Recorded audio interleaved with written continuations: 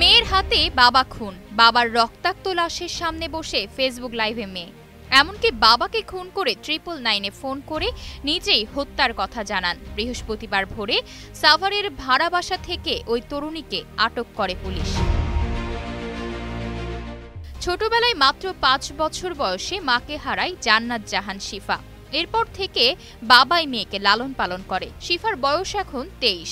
শিফা অভিযোগ করে তার বাবা আব্দুস সাত্তার তাকে 2019 সাল থেকে ধর্ষণ করছে।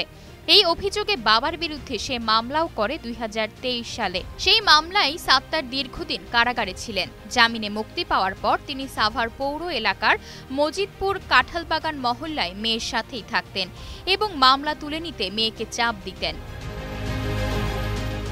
পুলিশ সূত্রে জানা যায় সাত্তারের বিরুদ্ধে মিরপুর থানায় একটি প্রতারণার মামলাও রয়েছে।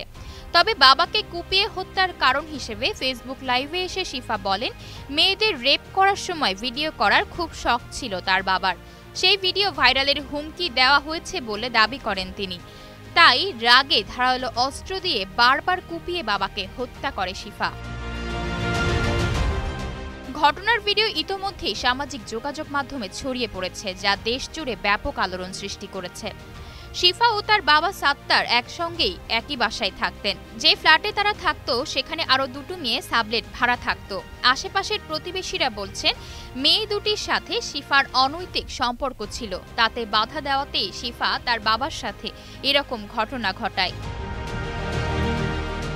তবে ঠিক কী কারণে ভোর 4টায় বাবাকে কুপিয়ে হত্যা এবং কেনই বা স্বেচ্ছায় আত্মসমর্পণ? সত্যি কি রাগে ক্ষোভে নাকি মানসিক বিকারগ্রস্ত শিফা, তা এখনো জানা যায়নি। সাভার মডেল থানা পুলিশ ঘটনাটির তদন্ত করছেন। আশা অর্থী, নিউজ ডেস্ক, গ্লোবাল টেলিভিশন।